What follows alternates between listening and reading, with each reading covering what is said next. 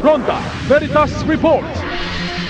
Kingdom Keepers, kinundena ang pagpapalaya kay Bong Revilla. Tama at patas na hostisya, panawagan nila. Pag-uulat mula kay Nolan Ariola. Maraming salamat mga kapanalig. Naglabas ng matinding pagtutol ang grupong Kingdom Keepers na binubuo ng mga taong mula sa iba't ibang tradisyong Kristiyano sa desisyon ng Sandigan Bayan 3rd Division na pagkaluban ng pansamantalang kalayaan si dating Senador Ramon Revilla Jr. Sa kanilang pahayag, tinukoy ng grupo ang resolusyon ng Sandigan Bayan noong July 31, 2026 na nagbigay kay Revilla ng provisional liberty habang nananatiling nakakulong ang ilan niyang mas mababang ranggo na kapwa akusado. Ayon sa Kingdom Keepers, malaking dagok umano ito sa paghahanap ng mga Pilipino ng katotohanan, pagkakapantay-pantay at integridad ng sistema ng hustisya. Ipinahayag din ng grupo ang kanilang suporta sa akbang ni Ombudsman Jesus Crispin Remulla na nag-aay ng motion for reconsideration, gayon din sa dissenting opinion ni Associate Justice Carl Miranda.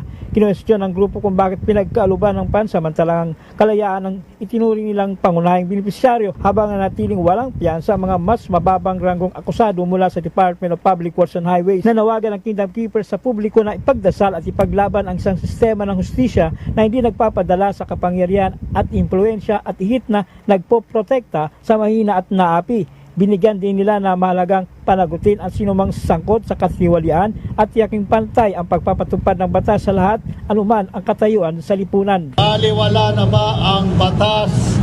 Ganun na lang ba kadali magpabail kapag ang nagpapabail ay mga Bong Revilla?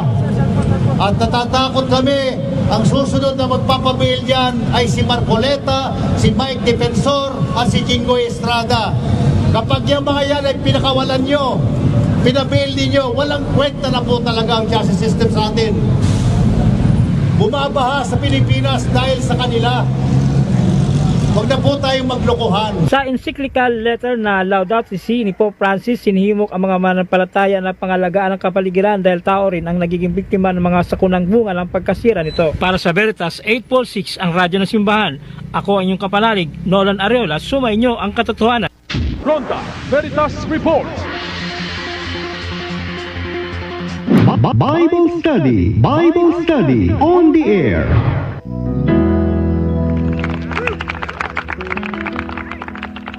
Makapanalig, Father Joel Kamaya pa rin po sa ating programang Bible Study on the Air. At nais kong batiin lahat ng mga nanonood at nakikinig, no, dito sa ating programa.